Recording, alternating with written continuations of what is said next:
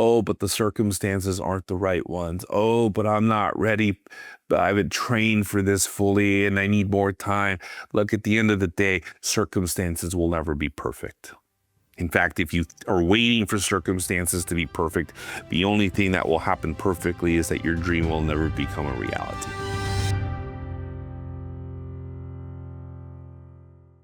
Welcome back to the Bridging the Divide podcast, and I'm your host, Rolando Bonilla. You don't have to be a sports fan. You don't have to be a fan of soccer to follow what has been happening in the World Cup. In particular, the tiny little island of Cabo Verde, 500,000 inhabitants, 500,000 people. That's it, the whole country. An island off the coast of Africa that has given the titans of soccer, a run for their money and have in every possible way exceeded the expectation. Everyone thought they were going to go to the World Cup essentially as tourists, show up, get beat by everyone, happy to be there, take some photos, swap some jerseys, and come back home. But that's not what happened. What happened was, number one, they play Spain. European international powerhouses, recently world champions as well, with players like the likes of Lamine Yamal, the young phenom, international phenom that plays for Barcelona.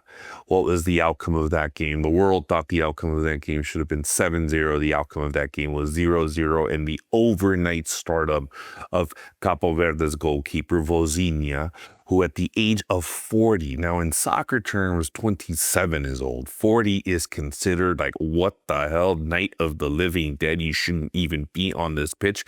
But there he was, making a record seven stops against the world powerhouses, Spain. What does he do? He shows the world what is possible by virtue of believing in yourself. But he didn't convince the world. They didn't convince the world that day, because that day everyone thought it was a fluke. Spain had never played them before, didn't take them seriously. Boom, next game. Your South American powerhouses, Uruguay, the original champions of the World Cup, two-time world champions, a soccer football pedigree that is impeccable because of who they are and their records, and essentially the formation of the World Cup happened in their country. And what happened there? Everyone thought, they couldn't score a goal against Spain, can't score a goal against Uruguay. 2-2. That's the end of the game. 2-2. Uruguay has control. Cabo Verde comes back and ties the game 1-1. Then it's 2-1. Everyone thinks the game is over. At the end, Cabo Verde shows up 2-2. Whoa. Again, another tie, no loss. And now the world is saying, wait a minute, something's happening over there. We get to the end. They play Saudi Arabia, 0-0 tie, and they stun the world. They made it out of the group stages onto the knockout stages. But who are they going to play in the knockout stages? Argentina, the current world champions, led by 8-time Ballon d'Or winner Lionel Messi, considered arguably the best player in the history of the game. I like to give a nod to Cristiano Ronaldo, who I think is the best player given his story. But then again, hey, that's what makes this fun. You get to argue it.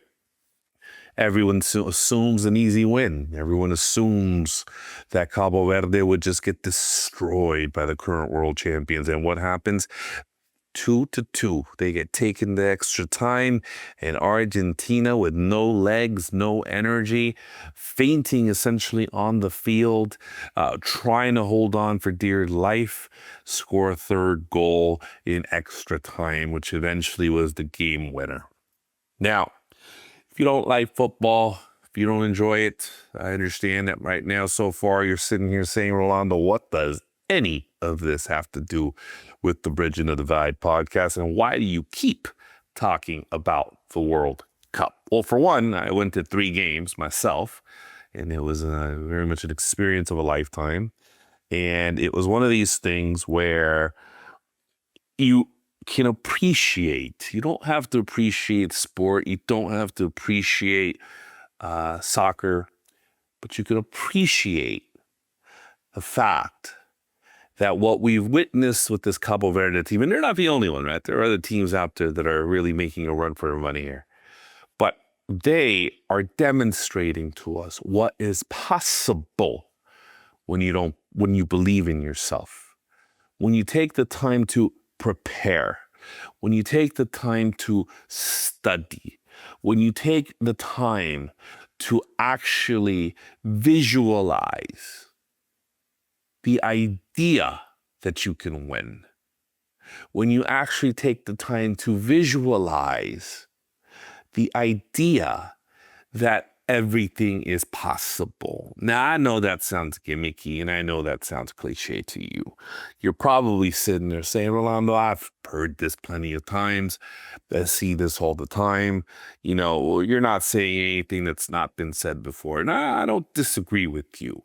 But what I am offering is a different lens, a lens that we are surrounded by greatness. Even if we don't see it, even if we don't know some of these people, we see it. We're seeing it. And we're seeing what happens when we believe.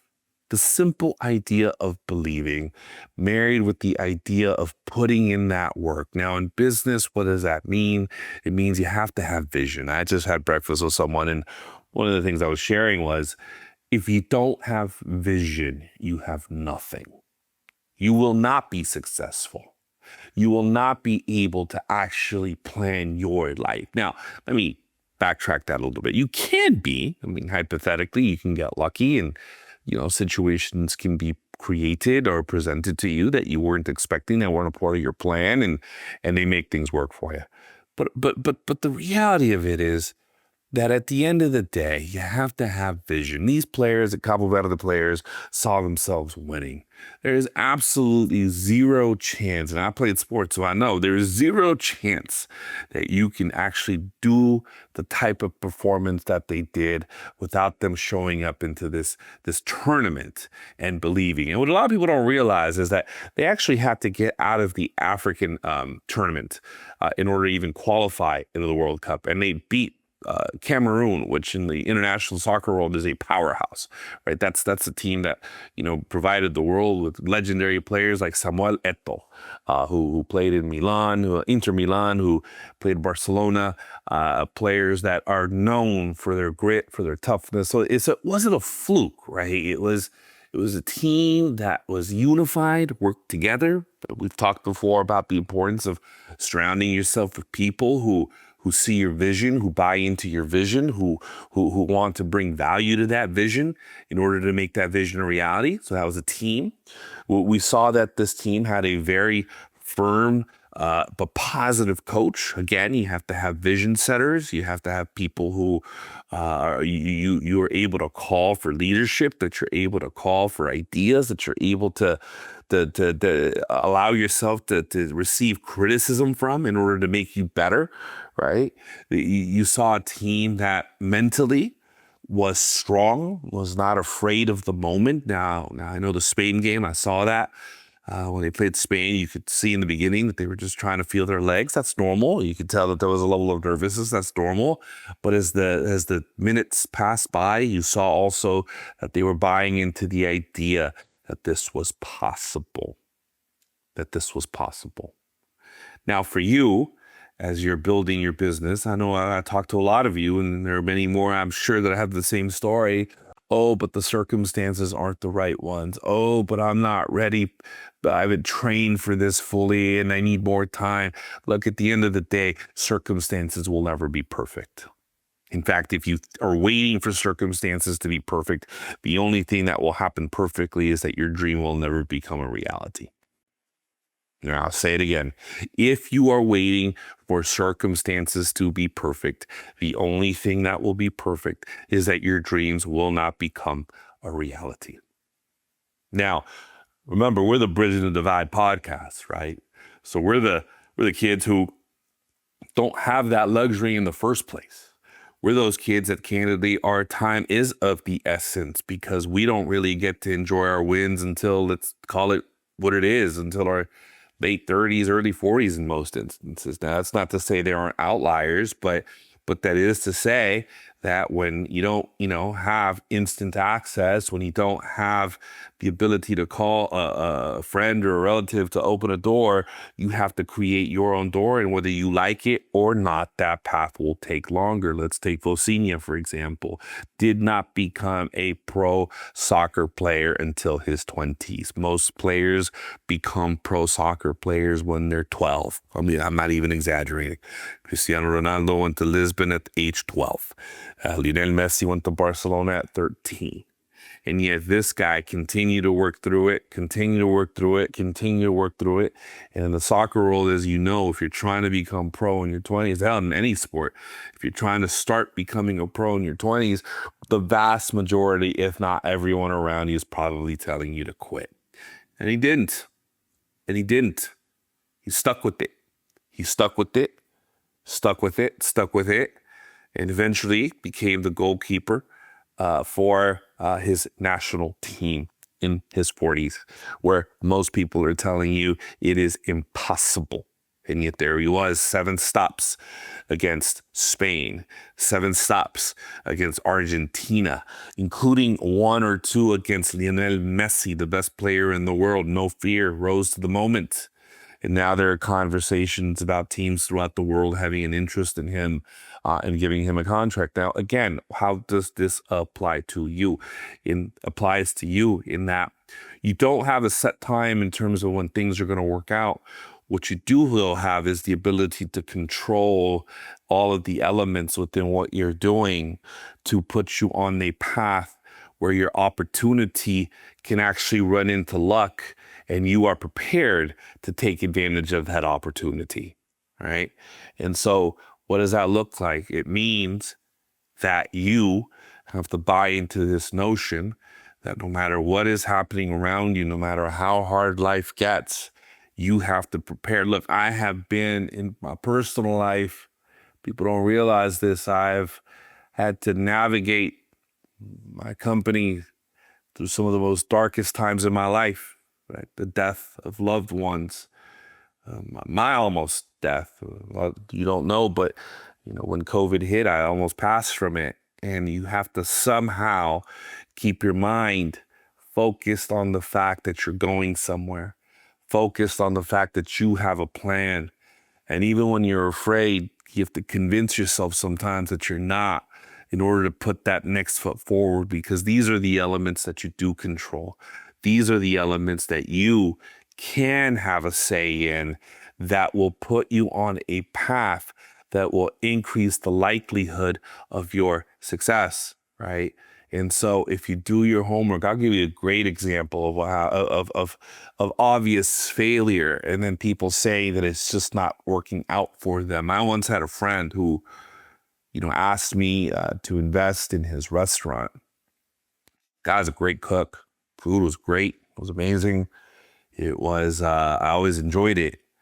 And I remember when he pitched me the idea of investing in his restaurant, I asked a couple of pretty basic questions. For example, do you know how much foot traffic, happens in front of this storefront? The answer to that is, I don't know. But I just know the food is good and that people will come. Well, we all know that's just not how this works, right? There has to be a level of foot traffic in order to give you some anchor clientele. The other one was when I asked, what kind of food are you proposing to make? His answer was all of it. Here, and the list was candidly somewhat endless. And I remember telling him, I said, well, you can't do all of it because all of it means you're spending a whole lot of money up front to refrigerate food that eventually will likely spoil. The other part of it is you have to stand for something, right? People have to associate you with something. You can't be the utility knife of restaurants. I mean, I guess you can in theory, but you also have to have unlimited budget or your quality is poor, right? And the other one I told him was, and how are you going to overcome the fact that I knew the location? I said, there's pretty not much foot traffic, if any, at that location. And again, his position was, oh, it'll just work out. Now, what I didn't hear was, Look, I know that foot traffic is low, but here's my marketing plan. What I didn't hear was, hey, I know that the likelihood of success is pretty tough here, but here is the type of food I'm going to make, and here's how I'm gonna market it, and here's how I'm gonna get people excited about it. Didn't hear that either. I also didn't hear anything about, how much investment he had already. In fact, when I asked that question, he just kind of ducked and weaved and didn't really want to engage with me. And so for me, it was pretty evident that here we had someone who clearly had a skill. I mean, I can vouch for the quality of the food, but didn't have a plan. And so this idea to this day, about 15, 20 years in, continues to be an idea that he talks about. And I'm saying this with love, so if he hears me, it's not intended to be disrespectful, but can be something that turns into reality with just a little bit of discipline, a little bit of belief, and a consistency. And so if it's that easy to knock you off of your dream, then you have to really ask yourself how much you really want it. Can you imagine if these Cabo Verde players, when they showed up on their first match to even qualify, and the other team looked at them and said, hey, you guys are just a ragtag team of guys that didn't really make it, and you represent a country that's only 500,000 people, which is, the size of some towns.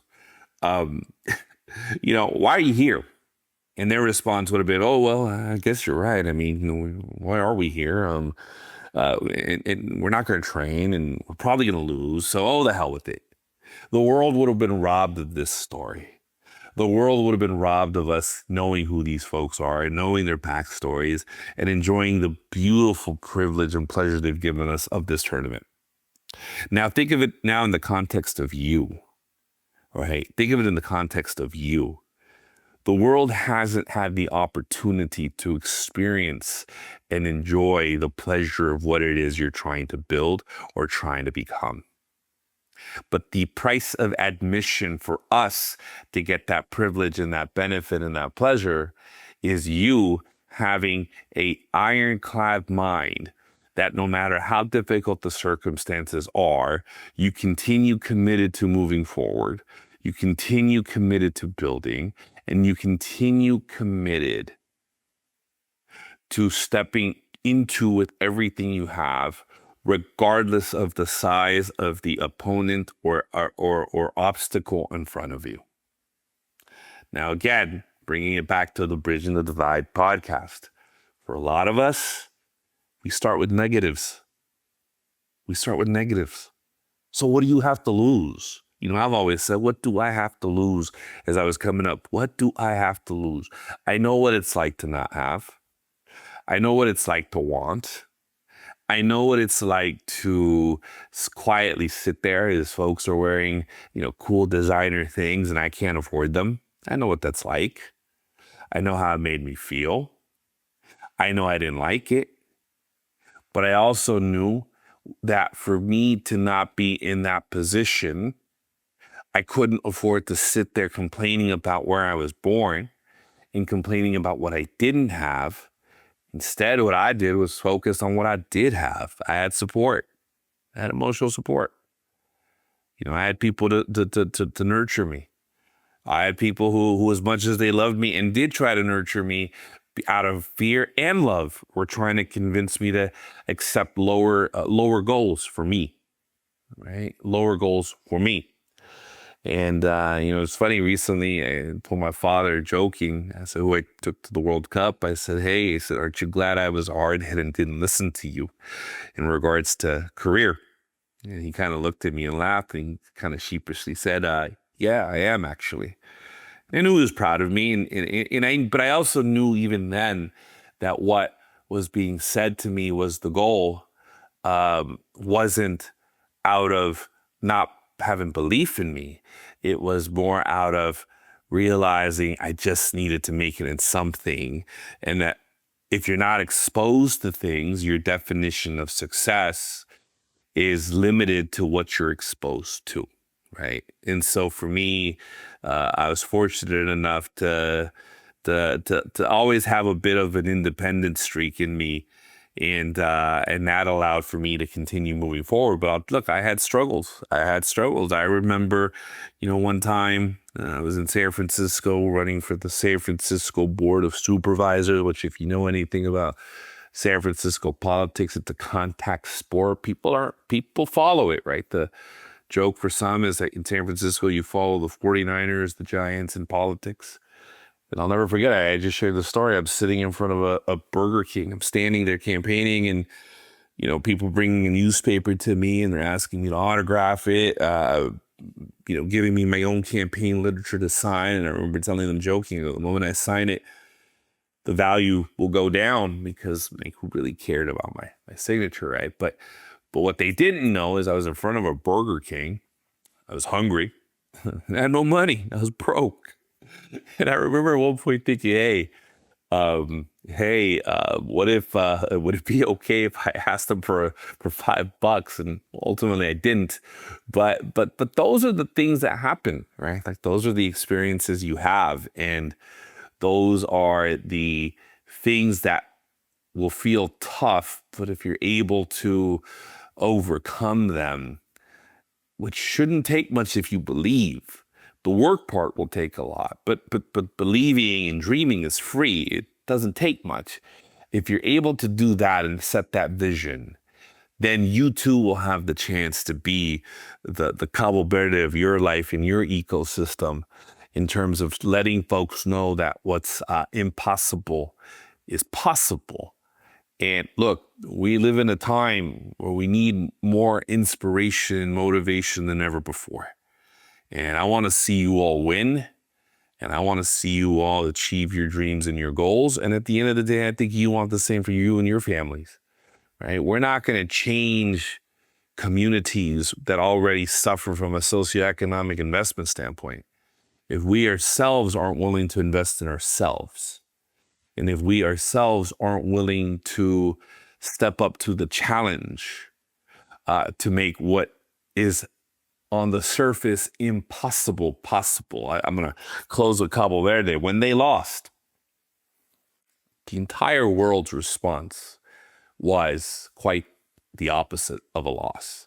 The Argentinian team wasn't even really celebrating. They went out of their way to tell the Cabo Verde players how much they respected them and how much they appreciated their fight. That wasn't a sympathy tip of the hat. That was an, oh Lord, they almost knocked us out of the tournament tip of the hat. That was a, you have arrived tip of the hat, right? Thierry Henry, one of the greatest footballers of all time, former French national player, 98 World Cup champion, legend in England, played for Arsenal, also played for Barcelona. What did he say immediately after the game? Thank you. Thank you, Cabo Verde. Thank you for, really showing us what's possible with dreaming. They didn't lose. They didn't lose. Even though they got eliminated from the tournament, they did not lose. As individuals, they grew exponentially through this experience. As individuals, they also grew by virtue of the fact that they assumed a role of leadership, because they made us all see what was possible, even when the odds were very clearly against them. So on that note, I'll just take this time to remind you that it all begins and ends with what's in your head. You may not have a lot of money or any money. You may not have any connections. You may not even have a belief in terms of knowing how you're going to fund your business or fund your college tuition. But what you do have is the ability to paint that picture in your mind and make that dream the one tangible that no one can take away from you. And once you have that, believe me when I tell you, you have everything. Because once you have vision, you know exactly where you're going. Look around you, talk to your friends, talk to your family. I guarantee you that the vast majority of them do not know where they are going. Be the one that does. Be the one that teaches everyone where they're going, that it's possible to have that goal, that it's possible to have that dream. And in the end, one day soon, I hope to be seeing you on television or reading about you because you made it a reality. All right, my friends, on that note, go get it. Until next week.